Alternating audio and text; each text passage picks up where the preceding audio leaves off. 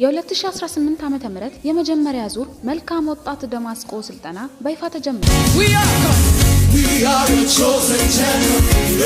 በብዙ ወጣቶችና ወላጆች ጉጉት ሲጠበቅ የነበረው የመልካም ወጣት ደማስቆ ስልጠና በ2018 ዓመተ ምህረት የመጀመሪያ ዙር በይፋ ተጀምሯል። ይህ ስልጠና ወጣቶች ከእግዚአብሔር ጋር ያላቸውን ግንኙነት እንዲያጠናክሩ፣ መልካም ባህሪ እንዲያዳብሩ፣ የዓላማ ሰዎች ሆነው እንዲያድጉና ለትውልዳቸው በጎ ተጽዕኖ እንዲያሳድሩ የሚያግዝ ድንቅ ራዕይ ነው።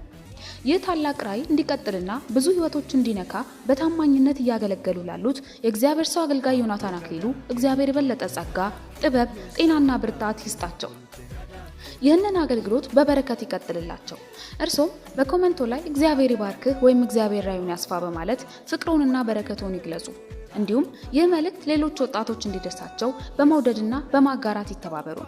እግዚአብሔር ወጣቶችን ይባርክ። መልካም ወጣት